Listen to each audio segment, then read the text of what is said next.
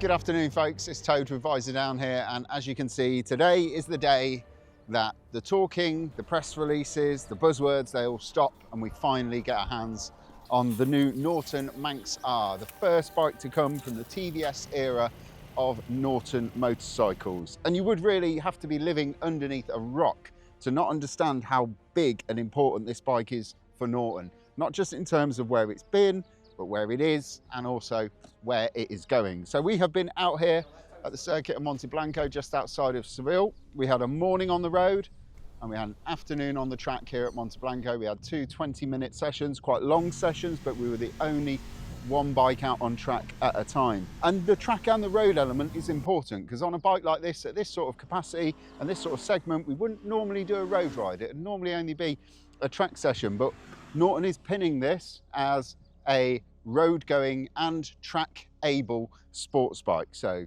track and road in one package, which isn't something that a lot of the other sports bikes do. So without further ado, I will get into all of the specs, the information and the models within the Manx R range, tell you everything there is to know and then go through my review.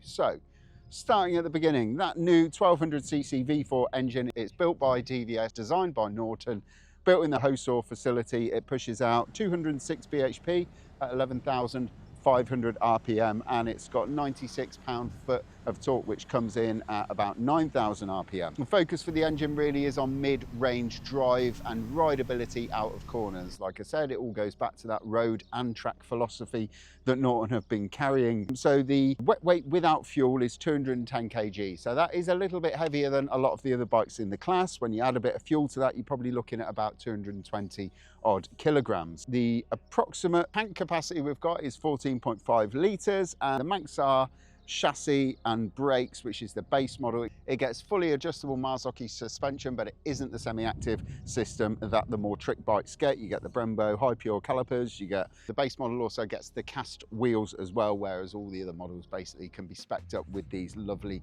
Rotobox bullet wheels if you so want them.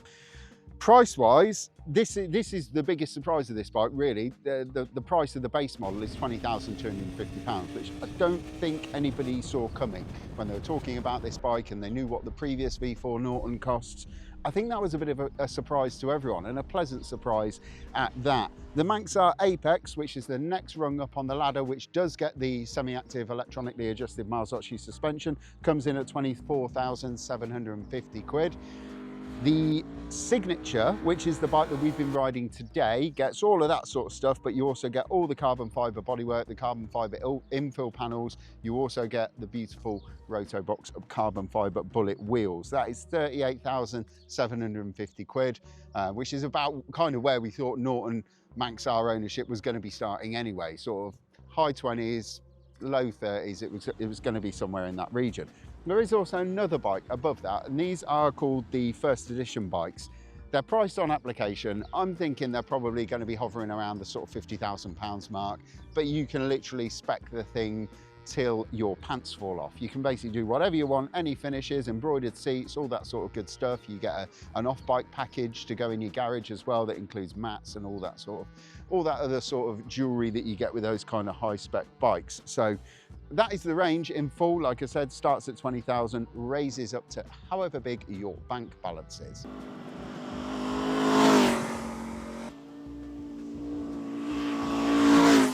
So I'm going to begin how I began this morning. That was with the road ride. We did about 115 Ks, so probably about 75 or 80 miles on the road.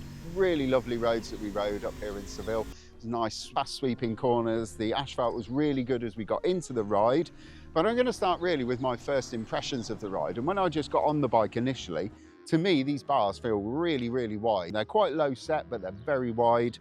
The cockpit, or the whole bike actually feels very, very roomy, which is strange because When you look at this bike, the way it's been styled and what the team have done is they've focused on reductivity, so removing stuff that doesn't need to be there to give it this clean, minimalist look that it's got. It looks absolutely dinky, but when you get on it, it feels quite roomy. There's a lot of leg room for taller riders down low. The pegs are quite low set, but that makes it very comfy and very approachable on the road. Talking about the riding, I started this morning's ride in the standard road riding mode, and I quite quickly got bored of it and upped it into another riding mode, because what the bike was doing was I was asking for throttle coming out of corners when I had sort of quite a lot of lean angle, and it just wasn't giving me anything. It was holding it back, and then as you tip the bike up out the corner, it'd allow you to accelerate.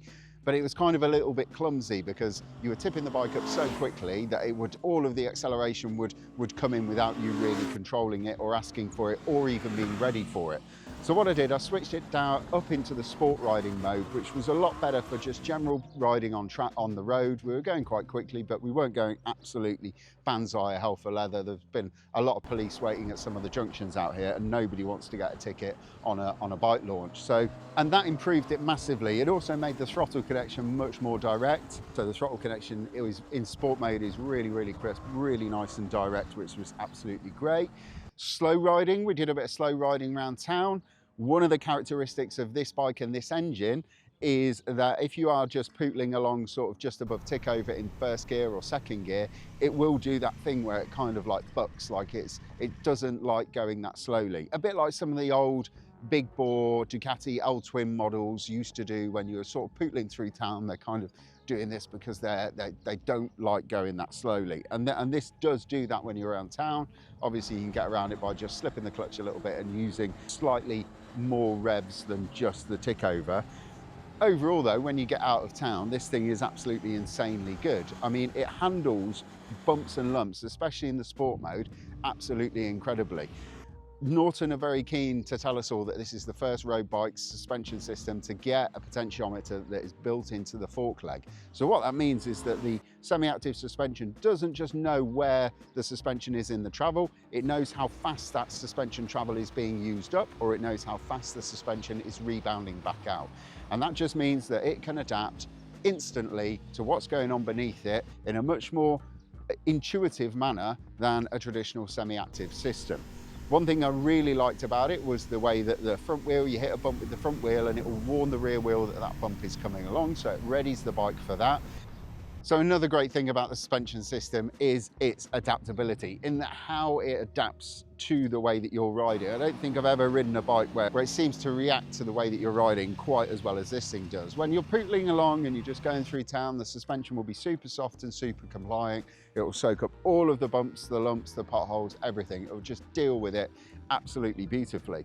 When you crack on and when you start to push on and you get on the power a little bit, you can almost feel the bike hunker down, and it will start to stiffen things up, and it will start to get prepared for what it knows is coming up, which is probably going to be a fast set of bends thrown at it and some very high lean angles. That was absolutely brilliant. I thought it was just excellent the way it dealt with it. The adaptability within the suspension system is very good, so you can dive into the TFT there and tweak it until your heart is content to get this thing exactly dialed into where you want to be riding. So in terms of how it handles, taking this as the road-going sports bike that Norton have sort of designed it to be in the first instance, it's excellent. And that is probably the biggest compliment that I can pay it, because 1000cc plus sports bikes on the road, riding around in sport mode, hammering them hard, pushing on, they're not normally enjoyable things to ride. They can be scary, and it does get, on some of the other big bore super bikes out there,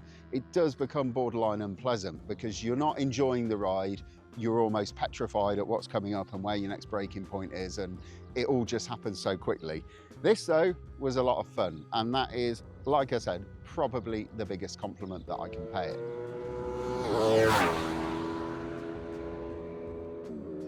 This afternoon's sessions on the Manx R were a little bit like Groundhog Day. I was here probably less than 2 weeks ago for the Suzuki 6-hour event, which was the launch of the 2026 GSX-R 1000R.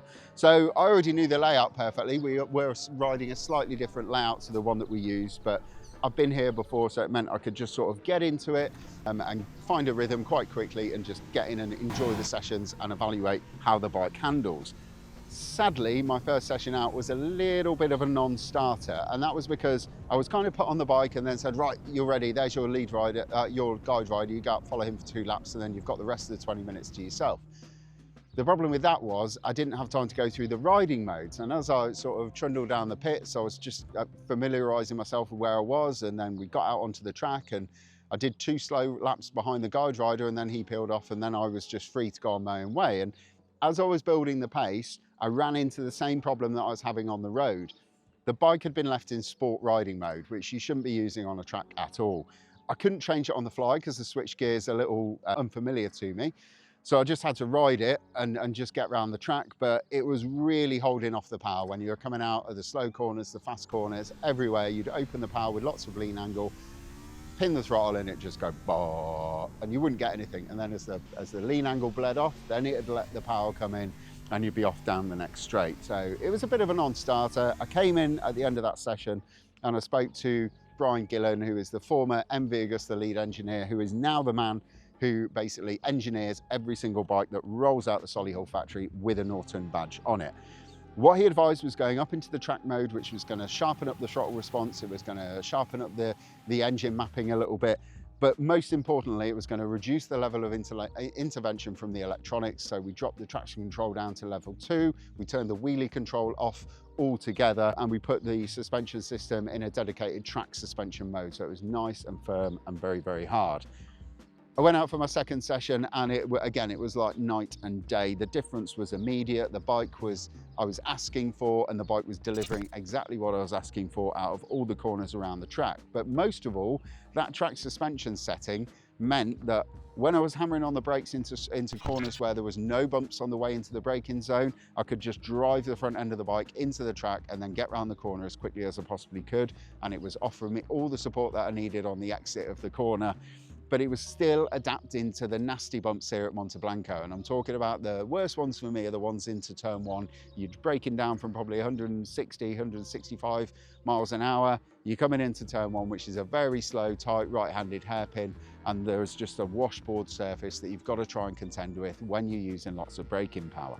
And that semi-active system really soaked up those bumps nicely and allowed me to sort of still brake right the way up until the apex of the corner. It was absolutely brilliant. While I'm on the subject of the brakes, one issue I had with the brakes was I was braking at all the braking points where I was braking at on the GSX-R launch.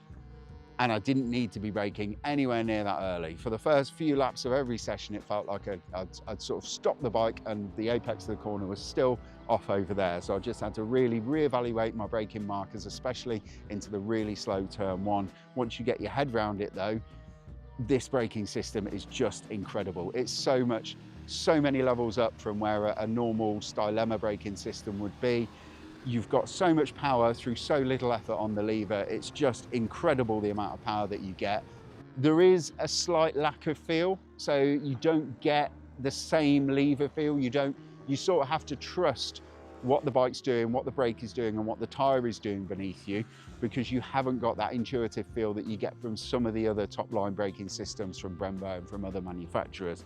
Once you get your head around that and you just trust that the bike and the electronics and the chassis are going to sort it out, it is absolutely mind-blowing. So I've got to talk about the engine. Does it, on the track, does it feel like a match for a Panigale V4, an S1000RR or an RS V4? No, it doesn't. Obviously, it's down on power. 206 bhp is the quoted. Once that's taken at the crank, once that's gone through the rear wheel, there's going to be a few bled off. To me, it feels about as quick and about as powerful as the GSX-R that I was riding here the other week, somewhere around the 195 bhp mark. Still very, very fast. More than fast enough for the road. And out here on the circuit of Monteblanco, which has got a lot of twists and turns, it was basically all the bike that I needed and all the bike that I wanted. Another thing that this engine does is because it is a slightly softer, less powerful than some of the other bikes in the market, it didn't feel quite as brutal as riding one of the other bikes that I mentioned there. They can be very feisty to ride on track, they can fight you. This didn't. It felt much smoother, it felt much more intuitive, and it allowed me to focus more on where I was going and what line I was taking than what the bike was doing beneath me or what the bike was about to do beneath me, which was very good. The second point is the brakes, really. The incredible stopping power of those brakes is just insane. It makes this bike worth going out and buying just simply for that, because it's just incredible. The electronics, once we got them tuned, they were brilliant. They sat in the background, they just did their thing. I was still getting movement at the front and the rear of the bike, but it was never going to go any further. It was just the bike and the tyres letting me know how much grip there was or how much grip there wasn't beneath me. Moving on to the verdict, I would say that the Norton Manx R, first and foremost, is a road bike. To me, this feels very much more like a road bike than a track bike. And I don't think Norton will mind me saying that in any way, shape or form. They're not going out for World Superbike or BSB or even road racing glory on this one. This is purely a road bike that can go on track should you wish to. And it was hugely entertaining on the track. I'm not taking anything away from it. Like I said, probably as quick as the GSX-R that I was riding here the other week. We're topping out at the same top speed at the end of the straight. I was braking later and the corner speed would have undoubtedly been much the same. It turns into corners much quicker than the GSX-R did as well. So you kind of get a bit of accuracy there and you can hit an apex a little bit better because it's got that nice, tidy, short wheelbase. So on that respect, it's probably quite good that I was here on a GSX-R and here today on the Manx R, because it gives me quite an even, equal comparison to go between. Were there any bits that I didn't like? There are a few, but they're more niggles than anything else. The first one that I want to mention is that this fuel tank is super slippy. On the road, I was struggling to hang on to the thing in the hard braking and when we're hanging off going through some corners. On the track, we had tank grippers as well, but still for me, it was a little bit slippery. I'd probably want some more aggressively spiked or stickier grippers on the side of it.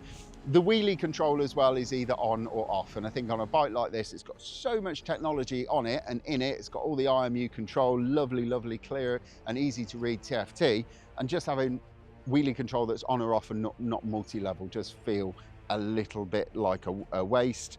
The stock screen that is fitted to this bike in front of me here as well is absolutely tiny. I would just go for the double bubble screen that we were using when we were riding on track, because it puts you in a nice sort of bubble of still air when you're riding along. And if you are going to be riding on the road, that is definitely going to be something that you're going to want to look for. Those points aside though, there are a lot of good things and there is a lot to get excited about with this one. The engine has a lovely character. It's got a spine tingling exhaust note. The whole bike is beautifully made. It looks incredibly good. It feels solid.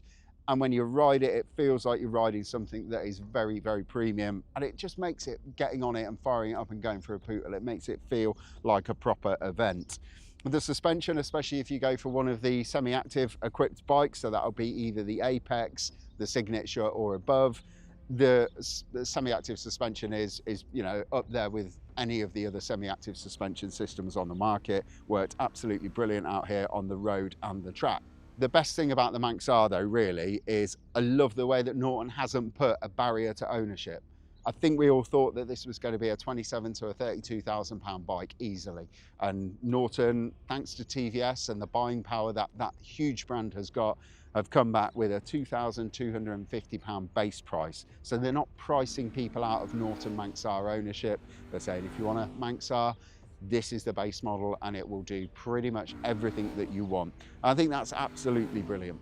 Overall, is the new Manx R the first bike to come from the TVS era of Norton? Is it a success? Yes, hugely. As a road bike, as a track bike, it's got a lot of good points. There are a lot of things to like. And I hope that this is enough that we can all now sort of forget where Norton has been and start to look at where Norton is going. Anyway, that's enough from me. I've been Toad for Visordown. If you like the video, please don't forget to hit like and subscribe so you can stay up to date with all of our videos. And for the latest news, reviews and motorcycle features, get yourself over to visordown.com.